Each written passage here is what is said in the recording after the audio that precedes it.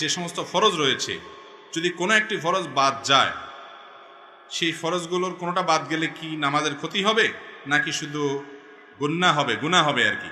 শরীয়ত এতে কি বলে?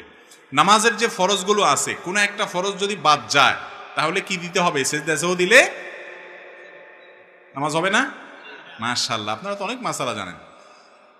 যদি নামাজের কোনো ফরজ ছুটে যায় তাহলে কোনো সেজদা সাহুতে কুলাবে না।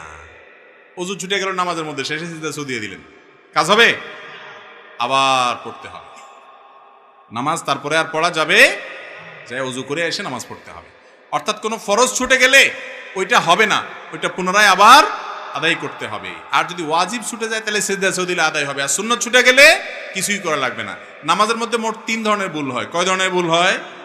সুন্নত, ওয়াজিব, ফরজ। সুন্নত ছুটলে কিছুই করতে হবে না, ওয়াজিব ছুটলে